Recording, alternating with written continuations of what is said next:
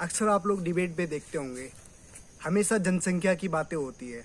और लेकिन हमेशा इसके जो मूल जड़ है, हम लोग बोलते नहीं है कि महंगाई की बातें हम करते हैं, बेरोजगारी की बातें करते हैं, स्वास्थ्य की बात करते हैं, शिक्षा प्रणाली की बात करते हैं, हमेशा डेवलपमेंट की बात करते हैं, इंफ्रास्ट्रक्चर की बात करते हैं। लेकिन जब भी हम जनसंख्या की बात आती है तो हम लोग खुल के नहीं बोलते, चाहे आपके राजनीतिक दल हो, क्योंकि ये हर जगह आपकी वोट बैंक की राजनीति चलती है।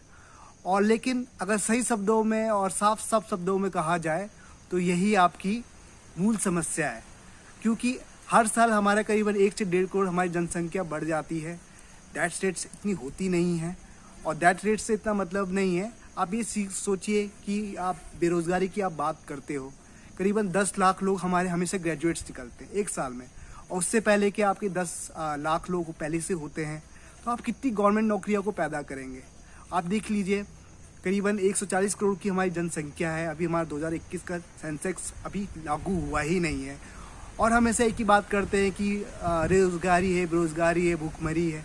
आप क्या कर सकते हो? ये चीज़ कभी ख़त्म नहीं होगी ना। आप उस चीज़ के लिए आप इतना करते हो, उतने लोगों के लिए आप व्यवस्था करते हो, उसके बाद से आपका 1 से 1.5 करोड़ लोग दोबारा आ जाते हैं। तो आपके देश में इस समय सबसे मुख्य कारण और मुख्य एक ऐसा बिल जो आना चाहिए जो इन सब चीज़ों का मुख्य कारण है। इसलिए आपको एक जनसंख्या का बिल तो यहाँ लाना ही पड़ेगा, क्योंकि इसके वजह से हमारी कुछ जनसंख्या कंट्रोल होगी। और ये सब चीज़ें ऑटोमेटिकली जो हम बातें करते हैं, चाहे वो स्वास्थ्य से रिलेटेड हो, चाहे वो शिक्षा से रिलेटेड हो, चाहे आपका रेलवे से रिलेटेड हो, कुछ भी बातें हो, वो सब आपकी जनसंख्या से ही लेना देना है। आप देखते होंगे कि कहीं पे तूफान आ गया, हज़ारों में लोग मर जाते हैं। ये सब सरकारी आंकड़े होते हैं। कोई बीमारी आई, लाखों में है। कैंसर पेशेंट्स हैं लाखों में, डायबिटिक पेशेंट्स हैं लाखों में, तो लाखों में होंगे ना। जब हमारी 1.25 करोड़ से भी ज़्यादा हमारी जनसंख्या है, जो सिर्फ सरकारी आंकड़े हैं, सब जगह तो हमारी जनसंख्या के आंकड़े सही सही जाते भी नहीं हैं। इतने सारे यहाँ पे आपके शरणार्थी लोग हैं, आप लोगों को उनको भी देना है। अपने देशवासियों के लिए आपसे हो नहीं रहा है। आप सरकार से कितना एक्सपेक्ट कर सकते हैं? सरकार क्या देगी आपको जब तक आप खुद कुछ ले नहीं कर सकते? और सरकार को ये के लिए चाहिए कि आप एक कड़ा कानून बनाइए। 2 या 3 बच्चे बहुत हैं, आजकल तो एक ही पल जाए वही बहुत है। और मुख्य कारण जो है इस समय आपका शिक्षा का, चाहे बेरोजगारी का, चाहे महंगाई का, वो आपकी जनसंख्या ही है। क्योंकि जितनी हमारे यहाँ खपत होती है उतना हमारे यहाँ होता नहीं है, हमको आयात करना पड़ता है। फिर हमारी विदेशी मुद्रा का जो भंडार होता है वो दिन प्रतिदिन खाली होते जा रहा है, और इन सब चीज़ों की पूर्ति करने में हमारा पूरा जो जीडीपी है वो पूरा का पूरा ख़त्म हो जाता है। तो मुख्य कारण जो है आपका, जब तक इस चीज़ पे एक ठोस कदम नहीं उठाए जाते, आपकी जितनी भी राजनीतिक पार्टियां हैं, चाहे वो स्टेट गवर्नमेंट्स हो, चाहे आपका विपक्ष हो, चाहे जो इस समय सत्ता में हो, उन सबको एक स्वर में बोलना चाहिए कि हाँ, इस देश को जनसंख्या के लिए एक कानून चाहिए, और ये कानून बहुत ज़रूरी है। वरना कहीं ऐसा ना हो कि बहुत देरी हो जाए। हम आसपास देखते हैं, श्रीलंका एक ऐसा देश है जिसकी जनसंख्या 1 करोड़ भी नहीं है। वहाँ पे 500 रुपये आलू मिल रहा है, करीबन 350 किलो वहाँ पे आपका चीनी मिल रहा है। तेल के दाम तो सोने जैसे हो रखे हैं। पाकिस्तान है बगल में। ये सब बातें अगर डिबेट में कहते हैं तो कुछ लोग बोलते हैं कि आप वहाँ की बातें मत करें। क्यों नहीं बात करें भाई? कोई भी चीज़ अगर विदेश में होती है, चाहे आपका विश्व में होती है, तो आपका ये सब होता ही होता है। आप देखोगे इन सब चीज़ों के बारे में, आप देख सकते हैं, अगर तेल के दाम बढ़ रहे हैं तो पूरे विश्व में इसका असर पड़ता ही पड़ता है।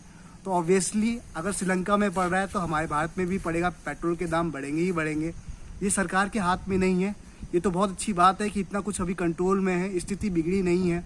तो सिर्फ इस पर राजनीति करना कि सरकार क्या कर रही है, नींबू आपका 300 रुपये किलो बिक रहा है, इतना सब ये चीज़ें हो नहीं पाता है यार। खपत बहुत ज़्यादा है, हमें आयात करना पड़ता है। और जो हमको दे रहे हैं, आजकल बायोफ्यूल का ज़माना है, वो हमको फ्री में नहीं देंगे। वो चीज़ अपने यहाँ रिसोर्सेज का अपना यूज़ करते हैं, बायोफ्यूल में यूज़ करते हैं। वो आयात क्यों करेंगे? वो अपने घर में ही पैदा करेंगे। तो मुख्य कारण जो है वो हमारी जनसंख्या ही है। चाहे किसी भी फील्ड में ले लीजिए, चाहे स्वास्थ्य की फील्ड में ले लीजिए, चाहे आप जनसंख्या के फील्ड में, आप देख सकते हैं हर जगह का।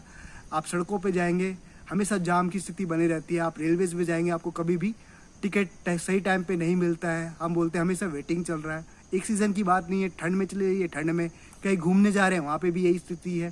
किसी पिकनिक स्पॉट पे जाइए, आप जा रहे हैं चिल करने के लिए, वहाँ पे ऐसा चिल हो जाता है, आप ट्रैफिक के जाम में फंस जाते हैं। तो ये सब क्या है? आपकी जनसंख्या ही है। हॉस्पिटलों में जाइए तो वहाँ पे इतनी भीड़ रहती है, आपको बेड्स नहीं मिलते। और सबसे बड़ा सबूत आपका कोरोना के टाइम पे है। लोग बेड के लिए तरसते रह गए, बिना इलाज के लोग मारे गए। क्यों? क्योंकि इतनी बड़ी जनसंख्या है, इतने सारे लोग संक्रमित हो रहे थे, सबको ऑक्सीजन चाहिए थी, इतनी आपूर्ति होती नहीं है, हम लोग आयात भी करते थे। ये सब चीज़ें हमने कभी सोचा नहीं, और ये सब चीज़ें पैंडेमिक कंडीशन जो होती हैं वो कभी बता के नहीं आती। ये कभी भी हमारे देश में दोबारा हो सकता है, और ये स्थिति स्वास्थ्य से तो है ही, शिक्षा से भी है, रोजगार से भी है। तो हम हर चीज़ सरकार को नहीं बोल सकते, और सरकार भी इन सब चीज़ों से बच नहीं सकती, क्योंकि वही सत्ता में है। कानून को लाना, विपक्ष है, हर चीज़ पे उंगली नहीं उठा सकता, उसको भी सरकार को साथ में लेके देश की परेशानियों को समझ के इस बिल को लाना ही पड़ेगा।